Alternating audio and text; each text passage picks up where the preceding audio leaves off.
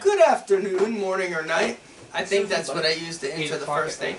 It's the second installment on Truexactradio. We're going to do a podcast with all my friends in the background here.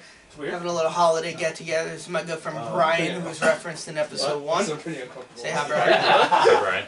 So you're going to hear some laughter in the background because my friends are jolly right now. And it's not fake laughter. They're actually having a good time. I didn't ask them to laugh. On the right here is a hoodie with my face on it that my friend Erik got me for Secret Santa. I don't want to wear it. Neither did Brian. Hold on, let me ask you a question real quick. Are you supposed to be hearing anything through the headphones? No.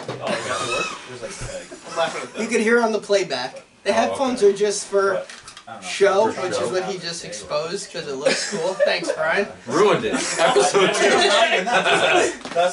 It's like Attack of the Clones. Ruined everything. Ruined the whole saga. So anyway, this is my friend Brian. He's a comedian now. He actually saw me bomb about 2.5 years ago and went to the first show that I bombed at, and he decided to do it. Not to give myself props, but like I'm happy you went there because it allowed you to get an alley. An angle. Yeah, it kind of opened up. Come on, you've been rapping for fucking 15 years, talking to the mic. Stupid. No, it actually opened up my career a little bit in stand-up, watching you go up there and bomb. Thank you, man. It was a great time. It's not like I even wanted to kill myself, and then the Cowboys lost in a playoff game that Sunday to the fucking Packers. Yeah. Oh wow. Horrible time. We didn't put anything on. Wait. Was that the one? Was that the one where I woke up at the season hall? No, that was 2007. That was totally different. Yeah, so what we're gonna do on this episode is pretty much just have fun, talk about stories Guess about all what? of us, and everyone Dad in dick. town, you know, who's watching us knows us, and it's just about bullshit stories and out. But we're gonna start with Brian being the comedian he is, how he got to that, why he decided to do it, where he's been performing. Did you go by a stage name? Because I know his rap name was Assault. You changed it to Graves. You changed it to Mad Hatter. Go on. I like the Mad Hatter the best. I considered going by that for comedy now for a little bit, but I'm not really too sure if I want to go with it. Why not? I don't know. It seems like, I think because I attach like the whole rap aspect to it. Now, if I were to go to a comedy place and be like, all right, I'm Mad Hatter, it's kind of a mix for me. I don't know. Like it's when I did like I want to separate rap and podcast. Yeah, now it's looking just back on different it, I stuff. should have just included them.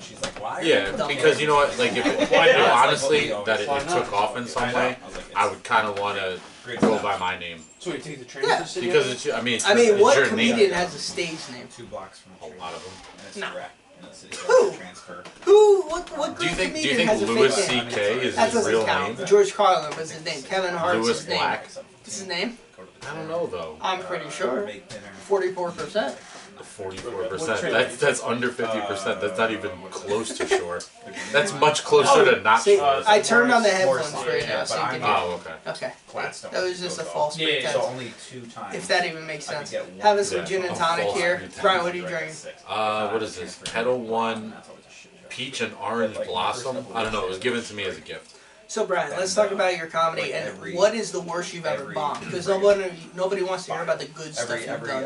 The worst I ever bombed. Yeah, It was what actually. joke it was, where was it? 6 months, but So I was doing every fucking train was delayed. showcases for a little bit, and I finally got a booker to book me for a paid spot. It was the first one that I ever got. How much? Because every train. $35. That's not bad. Just to Yeah, do for 7 drinks. minutes. And I was super excited because it's the first time I'm actually going to get paid to do stand-up, and here it is, I'm like, I don't know, a year into it, and not a lot of people are getting paid at that point. So it's kind of, I kind of looked at it like, oh, okay, maybe I could really do this. And then I went over to the place and I spoke to the guy who booked me, and I was like, you know, you saw my act, you saw my set, what I did. You want me to do something similar? And he was like, yeah, no problem, that'll work. And I did a joke. You know who Larry Nassar is? The guy who touched girls. Yeah, so It's very vague. Yeah.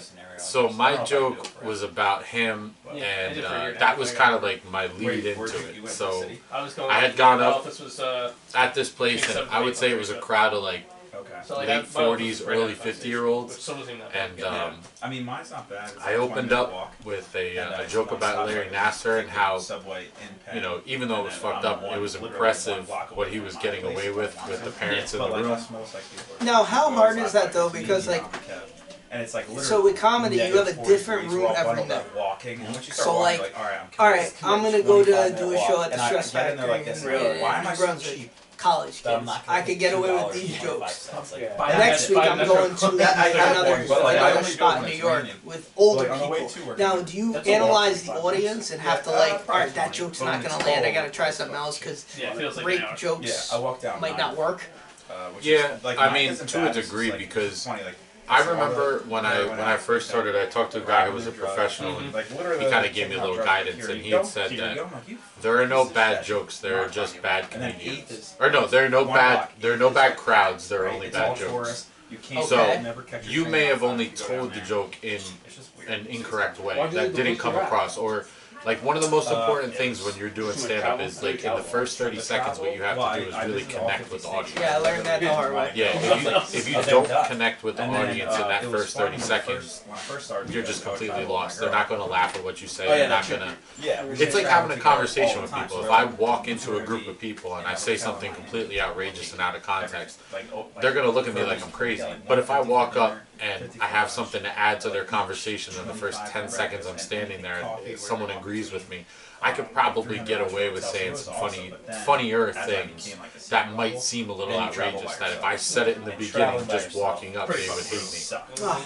I mean, like when I Well, went to how do you Memphis, respond to that, though? Mississippi, like all those shit What do you states, mean? I was Like by when you myself, I was bomb. like, okay, well, I'm gonna veer off this road. Oh, and that go joke see, that like, I started Elvis with, that was in the first like Like, nobody 35 wants to seconds see that I was that. standing up But, there. like, I had to it's do kinda 8 fun more traveling by minutes of yourself, just like, I'm gonna go silence. see this. Yeah. So no one's And gonna the see that. crowd just But then I was hated like, me the about whole time. the third time But I was in I Memphis, learned I was because by myself, I was went like, through my entire set, and as when I came down, I went over to the table where the headliner was sitting, and he looked at me and he goes, "That was rough to watch." And I was like, "Yeah, it was even harder to fucking stand up there and do." Don't give up your time though, no matter what. Oh yeah, well he told me, he's like, you know, you had good jokes, it just wasn't for this room, and you didn't really connect with them right from the get-go, so they pretty much hated you, so you gotta work on that. And he was like, you know, how long you been doing this? I'm like, oh, a year, and he goes, oh yeah, you gotta figure this out. He's in the Marines. Yeah. Well, it's like I said, a lot of comedians don't make it for a while. Maybe like Dane Cook was like 33, maybe. Oh yeah, he started when he was 23. It is what it is. Look, the fact is you're doing it. A lot of people don't have the balls to get up there and do it. So fuck the haters. Yeah, That's pretty why I much. look at it. Now, aside from the comedy thing, what is your New Year's resolution? New Year's Yeah, hit you with that one. We're expecting that question. Sway, can you make me a drink? No. All right, Sway. Fair enough. Glad to be here. I can't get up. I'm part of the The view. show's gonna fall apart. You get a Christmas Oh, he shit. gave him a Christmas Christmas beer. beer. I don't want this shit. New Year's Slide box. resolution. Go. My New Year's resolution? Storch, you're getting up here next. Give your New Year's resolution. Fuck. Stop getting so much puss. You sly fox. The beer. This show is brought to you by Sly Fox. The beer that keeps on giving, even after Christmas. Oh, sorry. I don't Come know. on, I New Year's don't resolution. know. I think fucking. I haven't really made one. I think like Make one now. all When right, you were a a kid. New Year's resolution. Like everyone tries to like get rid of some terrible This is gonna habit be they a have. horrible fucking New Year's resolution. Here we go. It's gonna be so cheesy. World peace. You're gonna make him No. How do you get world We can't- peace? That's his I resolution. resolved to peace the world. His resolution is to stop causing the opposite of world peace. Terror. By the way, this World's This terror. show's item is Simpsons Monopoly 30th edition, brought to me by my in-laws. Go on, Brian. Give you time to think. Brought to me by my in-laws. My New Year's resolution is to play more Simpsons Monopoly. First of all, you'll never beat me in Monopoly. That's just a fact. I have, but you're the biggest cheating piece of shit. Explain. You hid $500 bills in your hat. No, for the I entire didn't. game. But that Yes, was you my did. money. No, he would hide him under the board. No, I wouldn't. It was my secret stash. So this is for everyone watching. This is what Scott used to do. All right, so we It's would, up to debate. This is a Me- legend. me, him, Nick, his brother, or John Jay, we would all sit. Shout out to John Jay. But we would all sit down and we would play Monopoly. Sam Adams. All right. So throughout the entire game, Scott used to collect money, but what he used to do was he used to hide it while we were sitting there and playing the game. So then this way, we would pass by his stuff and we would think, oh, Scott doesn't have any money, he doesn't have any property, we're gonna beat him. And then when he would have the property built up that he needed. Then he would put hotels and houses and everything all on the spaces with the money that he magically pulls out of his hat or wherever. G-Man, hurry up! Oh, it's foaming. Jesus. So this is why I was like, folks, this is live. unedited, uncut, the real deal. You're welcome. The John Kaiser podcast. Keep talking about the fake Monopoly. The fake Monopoly. I remember we used to play a bunch of board games. Hey, Sway. Yeah. Remember when we used to play Sorry? Did Slutty leave? I blocked that out. That's my New Year's resolution. Here's what would happen with Monopoly. I would Scott would write in cards. No, you'll get up here in a second. I used to get a fake. No, wait, hold on. Cheat and writing. Okay. Scripted. Breathe. Give him birth here. I used to hide money. That was mine. I would collect pass and go. I would make money off Oriental Ave, $600. Who the fuck hides money in Monopoly? If it's my money and then I make trades, you can't know I have enough money to buy a hotel. You were a Monopoly criminal. No, I wasn't. I was a Monopoly investor. Investor. Everybody in Monopoly's an investor. Not Brian. He couldn't invest in shit. That's why he lost all his properties. So I would buy on Baltic, Mediterranean, Oriental, Slumlord. Yeah, he was a slumlord. All the shit spots. Sean, you're coming down here. Was I not the best Monopoly player you've ever seen in your life? Don't answer. Biggest fucking cheater ever. I was not a cheater. So I would have money in my hat or under the board, but it was my money. I didn't steal the money from the bank, even though I was the banker every time. I was the banker every time, though. Yeah. Yeah. No one else made it even worse. No one else wanted because you'd pull money out of secret places and you were the banker. Do you understand? So I would trade. What's behind that? I would trade St. James. Yeah, somewhere. Only RC Cola. I would trade St. James Place. Sean, it's probably over there. Sean, in the background. Over there by the one this of the. This isn't on video. Things. Yeah, it's all on video. So I would trade St. James. He's just walking in. I need my behind it. Right there. I need my damn on cola. On the bottom, there's probably a Pepsi. I want a goddamn liter of cola. So I would trade St. James Place for like Pennsylvania, but people wouldn't think I had money to buy hotels. Little did they know I had my secret stash in my hat. And While he was the banker. While I was the banker. So I would buy hotels. Bam, you owe me money. What happened was there was an embargo act on me after 2006, after Randy Reiser made a horrible trade with me in 2004 during the night of the Ron Artest fight in Detroit. Remember that? He made a horrible fucking trade with me, and an embargo act began in 2004 when I was 18 years old.